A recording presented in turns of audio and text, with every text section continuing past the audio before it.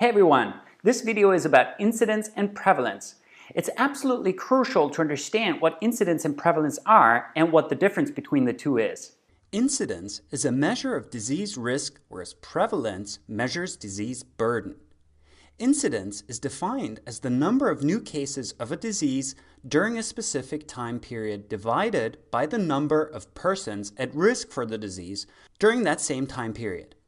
The resulting proportion can be multiplied by 1,000 in order to get the number of new cases per 1,000 population, or by 100 in order to get the number of new cases per 100 population. That's up to the beholder.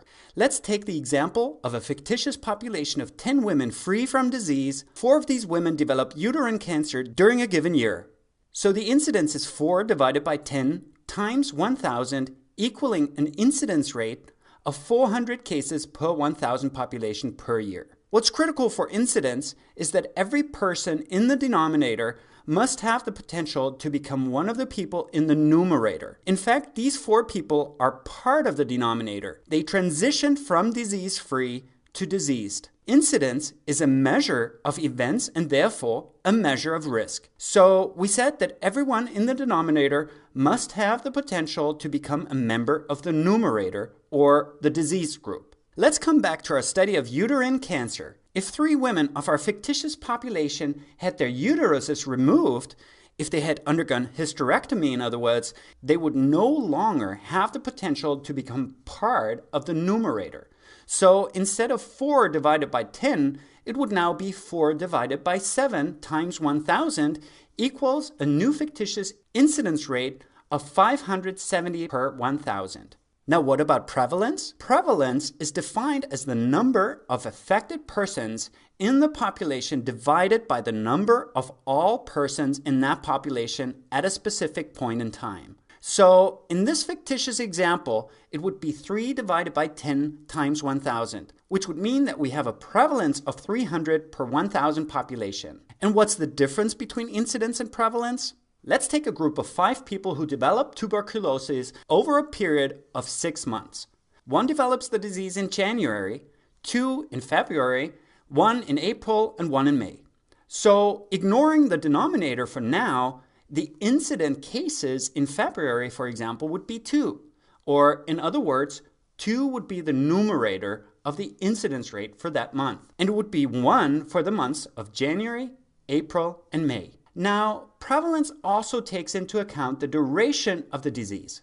Let's say case number 1 is cured in May, case number 2 is cured in April, case number 3 in March, case 4 and 5 during the second half of the year. Now let's look at the prevalence of tuberculosis in these months. Let's also just focus on the numerator or the prevalent cases during each month. We have 1 case in January, 3 cases in February, 3 in March, 3 in April, 3 in May, and 2 in June. So prevalence is determined by how many people join the prevalence pool or the incidence and how many leave the prevalence pool through death or cure. Let us depict that with a vessel full of pebbles. The vessel is filled with pebbles or new cases by the incidence rate, and it's emptied by death or cure. This means that if death goes up, then more people will leave the vessel, and if death goes down, then more people will stay in the vessel. And the same thing applies for cure.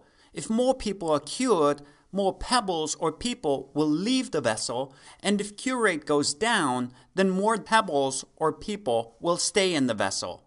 Let's have a closer look. Let's say this is our baseline prevalence. Now, what happens to prevalence if incidence goes up while death and cure stay the same? It has to go up, right? What happens if incidence stays the same, but death goes down while cure rate stays the same? It will go up since fewer pebbles will leave the vessel. What if death goes down and cure rate goes up? Well, as you probably guessed correctly, prevalence will decrease since more pebbles will leave the vessel. So prevalence is a measure of disease burden. As such, it is a great tool for planning the allocation of health services. So prevalence is incidence times duration. And duration is determined by the death rate or the cure rate. If the death rate or the cure rate go up, then the disease duration will be shortened. If death rate and cure rate go down, disease duration will be prolonged. At most points in time, prevalence will be lower with shorter duration and higher with longer duration of disease.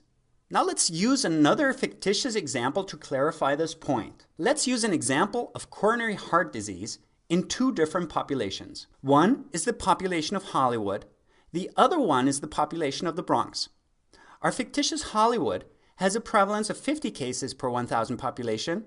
The Bronx, on the other hand, has a prevalence of 10 per 1,000. So, to the person who's not familiar with the fact that prevalence is not a measure of risk, but rather a measure of the burden of the disease, it looks like folks from Hollywood are at an increased risk of CHD. But that conclusion is not true at all here. Let's look at the incidence rates, duration of disease in both locations. Incidence is 5 per 1,000 per year in both locations. But duration of disease is 10 years in Hollywood due to better care, whereas in the Bronx, people die from CHD after 2 years.